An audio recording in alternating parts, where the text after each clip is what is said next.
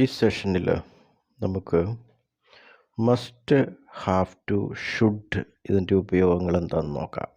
Must, have to, should ഇതൊക്കെ ഉപയോഗിക്കുക നിർബന്ധം, കടമ,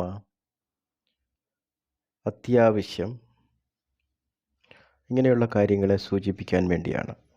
അപ്പം ഒരു വളരെ റഫായിട്ട് പറയുകയാണെങ്കിൽ മസ്റ്റ് പൊതുവെ ഉപയോഗിക്കപ്പെടുക റൂൾസ് ഒക്കെ പറയാൻ വേണ്ടിയാണ്. ഉദാഹരണത്തിന് you must do as you are told, നിന്നോട് പറഞ്ഞതുപോലെ തന്നെ നീ ചെയ്യണം. You must go at once, നീ ഇപ്പോൾ തന്നെ പോകണം. Every one must bring necessary stationery, ആവശ്യമുള്ള സ്റ്റേഷനറി ഐറ്റംസ് എല്ലാവരും കൊണ്ടുവരണം. Every one must take Covid vaccination, എല്ലാവരും കോവിഡ് വാക്സിനേഷൻ എടുക്കണം. ഇങ്ങനെയുള്ള റൂൾസ് പറയാൻ വേണ്ടിയാണ്. അവിടെ ശ്രദ്ധിക്കേണ്ട ഒരു കാര്യം, ഇത് നമ്മളിൽ ഇമ്പോസ് ചെയ്യപ്പെടുന്ന ആളാണ്, പറയുന്ന ആളിൻ്റെ നിർബന്ധമാണ് മസ്റ്റ്. ഇനി ഹാവ് ടു എന്ന് ഉള്ളത് അത് ഒബ്ലിഗേഷനാണ്. ഓരോരുത്തരുടെ കടമകളെക്കുറിച്ച് പറയുമ്പോഴാണ് ഹാവ് ടു ഉപയോഗിക്കുക. ഉദാഹരണത്തിന് I have to attend a meeting, എനിക്ക് ഒരു മീറ്റിംഗ് അറ്റൻഡ് ചെയ്യേണ്ടതുണ്ട്, അത് എൻ്റെ ഒരു കടമയാണ്, അതെനിക്ക് ഇഷ്ടമുണ്ടെങ്കിലും ഇല്ലെങ്കിലും ഞാനത് ചെയ്യണം. She has to work hard, അവൾ കഠിനമായി പ്രയത്നിക്കേണ്ടതുണ്ട്, അത് അവളുടെ ഒരു കടമയാണ്, അതാരും നിർബന്ധിക്കുന്നതല്ല, അവൾക്ക് വേണമെങ്കിൽ അങ്ങനെ തന്നെ ചെയ്യണം. They have to go early, അവർ നേരത്തെ പോകേണ്ടിയിരിക്കുന്നു. അതാണ് ഹാവ് ടു, ഒബ്ലിഗേഷൻ, കടമയാണ്.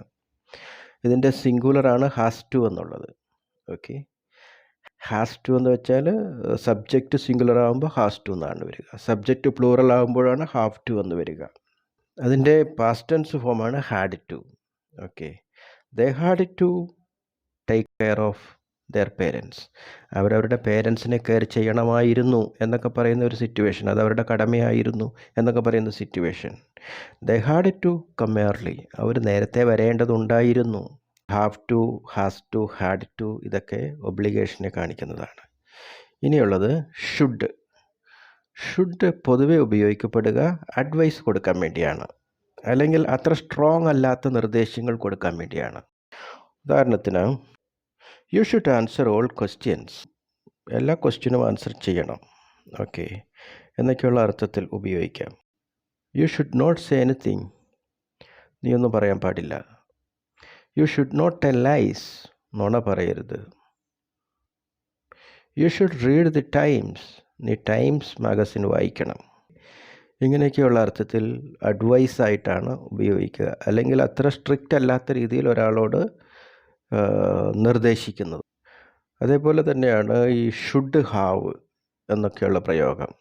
അത് പാസ്റ്റാണ്, ഇപ്പോൾ നിലവിലുള്ള കണ്ടീഷനല്ല. ഞാൻ അദ്ദേഹത്തിന് നേരത്തെ എഴുതേണ്ടതായിരുന്നു. I should have written to him earlier, ഞാൻ അദ്ദേഹത്തിന് നേരത്തെ എഴുതേണ്ടതായിരുന്നു. ആ കണ്ടീഷൻ ഇപ്പോൾ ഇല്ല, അതെൻ്റെ ഒരു കടമയായിരുന്നു. You should have watched that film, നീ ആ ഫിലിം കാണേണ്ടതായിരുന്നു. ഇനി മറ്റൊരു ഇത് കൂടിയുണ്ട്, ഇതിൻ്റെ ഒരു ought to have, ought to എന്നൊക്കെയുള്ള പ്രയോഗം, അതും കടമയെ കാണിക്കുന്നതാണ്.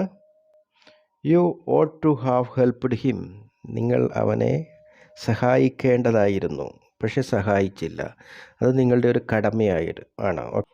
He ought to have been more careful, അവൻ കുറച്ചും കൂടെ ശ്രദ്ധ കാണിക്കേണ്ടതായിരുന്നു.